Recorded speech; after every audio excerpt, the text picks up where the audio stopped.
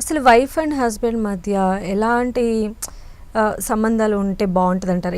మీరు చెప్పిన ఈ అట్రాక్షన్‌కి, లవ్‌కి, లస్ట్‌కి ఇప్పుడు ఉన్నటువంటి దీనికి అసలు భార్యాభర్తల మధ్య అనుబంధం అంటే ఏం డెఫినేషన్ ఇస్తారు? ఇక్కడ ఎలా ఉంటుందంటే సంజయ్ దగ్గరికి వెళ్ళేటప్పటికి లవ్ మారిపోతుంది, ఆ కెమెరా దగ్గరికి వెళ్ళేటప్పటికి ఇంకొక లవ్లోకి వెళ్ళిపోతుంటారు. అంటే ఇక్కడ మనిషికి మధ్య చాలా డిఫరెన్సెస్ వచ్చేస్తాయి.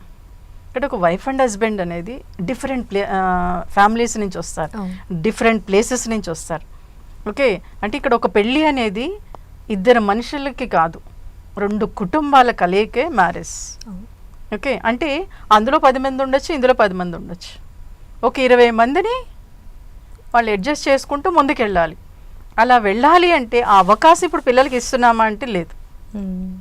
ఎందుకు లేదు అంటే ఒక ఫంక్షన్ జరిగిందంటే పిల్లల్ని మనం పంపించాం, అమ్మో నాన్న ఎవరో ఒకళ్ళు వెళ్ళొచ్చేస్తారు, అరే నువ్వు టీవీ చూసుకోరా లేకపోతే సెల్ ఫోన్ చూసుకోరా అన్న. ఈ ఫంక్షన్స్ అని ఎందుకు పెట్టారు? పిల్లలకు తెలియడం కోసం. మన బంధువులు ఎవరు, ఏంటి, ఏం చేస్తున్నారు, ఒక ఫంక్షన్ ఎలా జరుగుతుంది, ఆ ఫంక్షన్ జరిగినప్పుడు అందరు హ్యాపీగా ఉంటారు, ప్లస్ మన వంశం ఏంటి అని తెలియడం కోసం ఈ ఫంక్షన్స్ పెట్టారు. ఏదో అంటే పండగలు కూడా అంతే, ఏదో దేవుడి గురించో వాటి గురించి అనేది కాదు. ఓకే, ఎలా ఉంటుంది మధ్య కొంచెం అఫెక్షన్ పెరగడం కోసం, ప్లస్ మన ఫ్యామిలీ ఏంటి అని తెలియడం కోసం పెట్టారు. కానీ ఇప్పుడు ఎవరికి తెలుస్తుంది?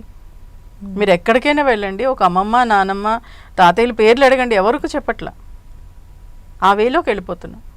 అప్పుడు ఎలా తెలుస్తుంది ఒక వైఫ్ అండ్ హస్బెండ్ ఎలా? పూర్వం ఎలా ఉండేదంటే ఒక మ్యారేజ్ సెట్ అయిన తర్వాత వైఫ్ అండ్ హస్బెండ్ ఎవరు బాగున్నారంటే వాళ్ళ దగ్గరికి అమ్మాయిని పంపించేవారు, అబ్బాయిని కూడా పంపించేవారు. అంటే పెళ్లికి ముందే వీళ్ళకి ఒక ఐడియా వస్తుంది, ఒక వైఫ్ అండ్ హస్బెండ్ ఇలా ఉంటారు అని తెలుస్తుంది అని చెప్పేసి పెళ్లికి ముందే పంపించేశారు. సెట్ అయింది అనగానే పంపించేవారు. కానీ ఇప్పుడు అది లేదు, వెంటనే జాబ్లోకి వెళ్ళిపోతున్నారు, పెళ్లి చేసేస్తున్నారు, పంపించేస్తున్నారు, చిన్న చిన్న విషయాలకే డివోర్స్కి వెళ్ళిపోతున్నారు.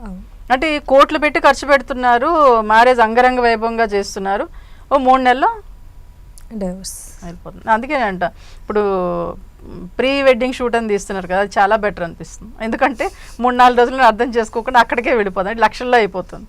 సో అలా అంటే ఇక్కడ ఒకటి మ్యారేజ్ తర్వాత ఒక లవ్ చేస్తున్న ఒక వ్యక్తిని అని అనుకున్నప్పుడు మంచైనా చెడైనా మనం రిసీవ్ చేసుకోగలగాలి. ఓకే, ఎందుకంటే ప్రతి మనిషిలో మంచి చెడు 2 ఉంటాయి, ఒక మంచి ఉండదు, ఒక చెడే ఉండదు. ఒకటి మనం ఏం చేస్తామంటే ఆ మంచినే తీసుకుంటాం. ప్లస్ అమ్మాయికి పెళ్లి చేశాక ఏం చెప్తారంటే నీకు అంతా బాగుంటుంది, అంతా మంచిగా జరుగుతుంది, అందరూ బాగా చూసుకుంటారు అనే చెప్తాం.